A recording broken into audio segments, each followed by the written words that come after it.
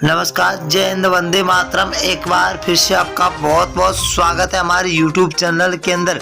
मध्य प्रदेश के अंदर विधानसभा चुनाव का बिगुल बजते ही सभी पार्टियों के अंदर देखा जाए तो सभी पार्टियों ने अपनी तैयारियां जोरों तौर पर शुरू कर दी है।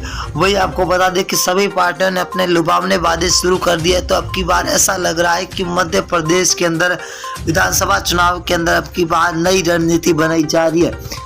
परंतु आपको बता दें कि अब की बार मध्य प्रदेश के अंदर बीजेपी को कड़ी टक्कर देने के लिए कांग्रेस की ओर से भी तैयारियां जोरों तौर पर की जा रही है। तो वही तीसरे मोर्चे के रूप में बीएसपी और आम आदमी पार्टी मैदान के अंदर उतर सकती है।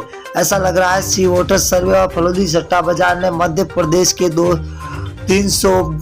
230 सीटों का सबसे बड़ा ओपिनियन पोल सर्वे जारी कर दिया। बने रही हमारे सबसे बड़ा सर्वे जारी जिला है जहाँ पर कुल 5 सीट है, जहाँ बीजेपी को 2, कांग्रेस को 3। तो यहाँ पर बीएसपी 0 पर है और अन्य के खाते में 0 सीट जाती हुई दिखाई दे रही है।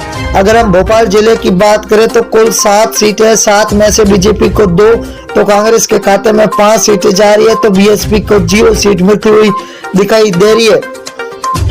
धार जिला की बात करें तो धार जिले के अंदर कुल 7 सीटें, 7 में से बीजेपी को 4, कांग्रेस को 3 और बीएसपी को यहाँ पर 0 सीट मिलती हुई दिखाई दे रही है। सताना जिले की बात करें तो कुल 7 सीटें, 7 में से बीजेपी को 3, कांग्रेस को 4 सीट और बीएसपी को 0 सीट मिलती हुई दिखाई दे रही है। अगर हम सीधी जिला की बात करें तो कुल 4 सीट है, 4 में से बीजेपी को 1 सीट मिल रही है।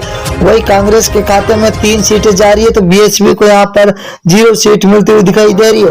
अगला जिला है सिवनी जिला, जहाँ पर कुल 4 सीटें, बीजेपी को 2, कांग्रेस के खाते में 2 तो यहाँ पर बीएसपी को 0 सीट मिलती हुई दिखाई दे रही है। अगले जिले की बात करें तो बड़वानी जिला है, जहाँ पर कुल 4 सीटें, 4 में से बीजेपी के खाते में 1 सीट जाती हुई दिखाई दे रही है। तो कांग्रेस को 3 सीट, वही बीएसपी के खाते में 1 सीट जा रही है। तो अन्य के खाते में 0 सीट मिलती हुई दिखाई दे रही है। अगर हम सागर जिले की बात करें तो 8 सीट है, जहाँ पर बीजेपी को 3 तो कांग्रेस के खाते में 5 सीट जा रही है। तो बीएसपी को यहाँ पर 0 सीट पर संतुष्ट होना पड़ रहा है।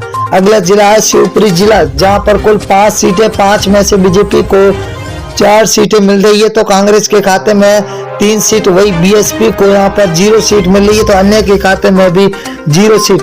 बैतूल जिला है, बैतूल जिले के अंदर कुल 5 सीटें, 5 में से बीजेपी को 2 और कांग्रेस के खाते में 3 सीटें जा रही है। तो यहाँ पर बीएसपी को यहाँ पर 0 सीट मिलती हुई दिखाई दे रही है। विदिशा जिला है, विदिशा जिला के अंदर कुल 5 विधानसभा सीट है, जहाँ बीजेपी को 4 तो यहाँ पर कांग्रेस को 1 सीट मिल रही है। तो बीएसपी के खाते में 0 सीट जाती हुई दिखाई दे रही है। अगर हम राजगढ़ जिला की बात करें तो कुल 5 विधानसभा सीट है, बीजेपी को 2, कांग्रेस के खाते में 3 तो बीएसपी को यहाँ पर 0 सीट मिल रही है। तो अन्य के खाते में 0 सीट।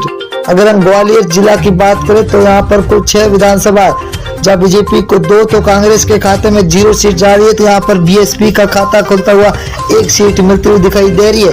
अगर हम देवारा जिला की बात करें तो देवारा के अंदर कुल 5 विधानसभा, जहाँ बीजेपी को 1, कांग्रेस को 4 तो बीएसपी के खाते में 0 सीट मिलती हुई दिखाई दे रही है। तो अन्य को यहाँ पर 0 मिलती हुई दिखाई दे रही है। उज्जैन जिला है, उज्जैन के अंदर कुल विधानसभा 7 सीटें, जहाँ बीजेपी को 5, कांग्रेस को 2 तो बीएसपी के खाते में 0 तो अन्य के खाते में भी 0 सीट जाती हुई दिखाई दे रही है। अगर हम जबलपुर जिले की बात करें तो 8 विधानसभा सीट है, जहाँ बीजेपी को 3, कांग्रेस को 5 तो बीएसपी के खाते में 0 सीट मिल रही है। तो अन्य को भी यहाँ पर 0 सीट मिल रही है। अगर हम कटनी जिला की बात करें तो कटनी जिले के अंदर 4 विधानसभा, यहाँ पर बीजेपी और कांग्रेस को 2-2 सीटें मिलती हुई दिखाई दे रही है। तो बीएसपी और अन्य के खाते में 0 सीट मिलती हुई दिखाई दे रही है। इंदौर जिला की बात करें तो इंदौर जिले के अंदर कुल 9 विधानसभा, जहाँ बीजेपी को 3, कांग्रेस को 6 तो बीएसपी के खाते में 0 सीट जाती हुई दिखाई दे रही है। अगले जिले की ओर रुख करें तो छिंदवाड़ा जिला है, जहाँ पर कुल विधानसभा 7 सीटें है, जहाँ बीजेपी को 1, कांग्रेस के खाते में 6 तो बीएसपी को 0 सीट मिल रही है। तो अन्य के खाते में 0 सीट जाती हुई दिखाई दे रही है। अगर हम सीहोर जिले की बात करें तो यहाँ पर कुल 4 विधानसभा, बीजेपी के 1 और कांग्रेस को 3 सीटें मिल रही है। तो बीएसपी के खाते में यहाँ पर 0 सीट मिलती हुई दिखाई दे रही है।